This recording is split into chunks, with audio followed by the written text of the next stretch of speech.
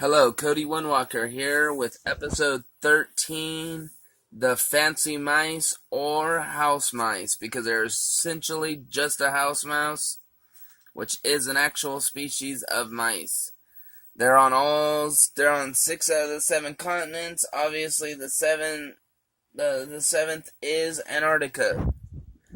They're an easy pet, but they can tend to be aggressive to each other. They're about 3 to 4 inches at adulthood. Babies are about an inch or a half inch. They live about 2 plus years. Um, you can put them in a 10-gallon tank, like I got about 6 of them in a 10-gallon tank, or you can put them in a hamster cage. They love anything essentially. Just make sure that their heads cannot fit through the wires. If their heads can fit through the wires, their whole body can fit through it. Very common. Most pet stores have them. The scientific name is class Mammalia, which is a fancy way of saying mammal. The order is Rodentia, which is rodent. Muridae is the family. The subfamily is Murinae. The genus is moose or mouse. The species name is Musculus. And then obviously it's a domesticated version of it. So, things you need to know about mice, which I think is really awesome, is you need to keep the temperature 70 to 80 degrees. Most animals need to have a temperature of about 70 to 80 degrees. Some reptiles need it to be 90, but for the most part, if your house is too hot, your animals are too hot. Take care of your babies. Come on now. Don't ever let it get colder than about 60 degrees. Animals with fur coat can freeze too, and even though there's 6 of them in there, it may not be enough to keep them warm. Give them regular daylight sun, so natural lighting, 12 hours. Pine bedding, aspen bedding, cedar bedding, it's all good for them.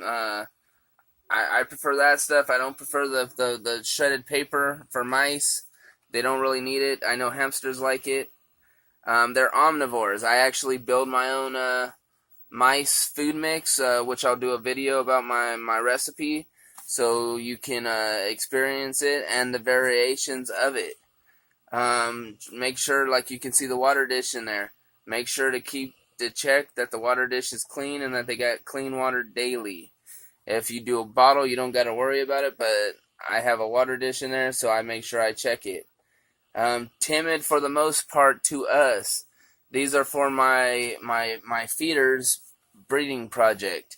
So I will not be handling these. We will actually be in the process of getting some colored fancy mice to breed.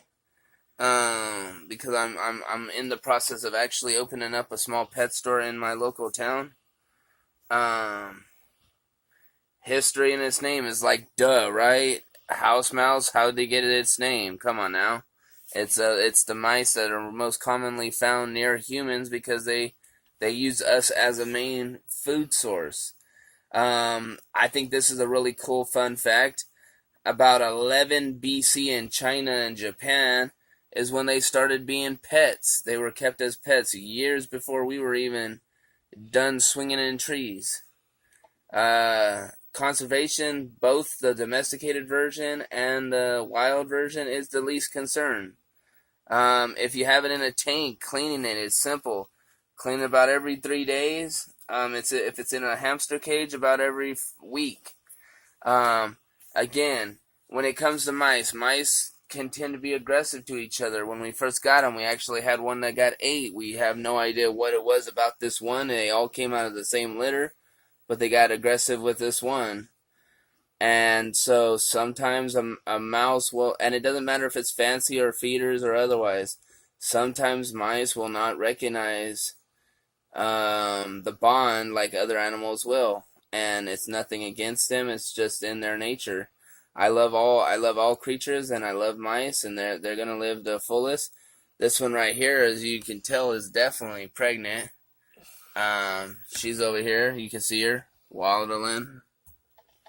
But for the most part, mice are fun. I would definitely recommend them as a pet. And again, this is Cody Winewalker And this is the 13th episode. Are fancy mice the right pet for me? Have a great evening.